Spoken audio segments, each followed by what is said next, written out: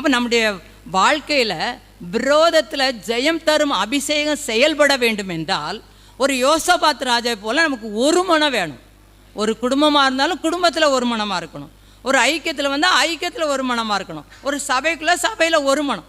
நாம் ஒரு மனமாய் செயல்படும் பொழுது நம்முடைய குடும்பத்தில் எந்த விரோதம் வந்தாலும் ஜெயம் தரும் அபிஷேகம் என்ன செய்யும்? கண்டிப்பாக நமக்கு என்னத்தை தரும்?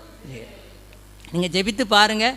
வீடுகளில் பல நெருக்கங்கள், பல எதிர்ப்புகள், பல சூழ்நிலைகள், பிள்ளைகள் மூலமாய் பணி செய்கிற இடங்களில், தொழில் செய்கிற இடங்களில், விவசாயம் பண்ணுற இடத்துலையும் வரும், ஊழியம் செய்கிற இடத்துலையும் வரும். எந்த விரோதம் வந்தாலும் வீட்டில் இருக்கிற எல்லாரும் ஒருமனப்பட்டு நீங்கள் ஜெபித்து பாருங்கள். அந்த ஜெயம் தரும் அபிஷேகம் ஒரு பெரிய கிருபையை நமக்கு, ஒரு பெரிய ஆசீர்வாதத்தை என்ன செய்யும்?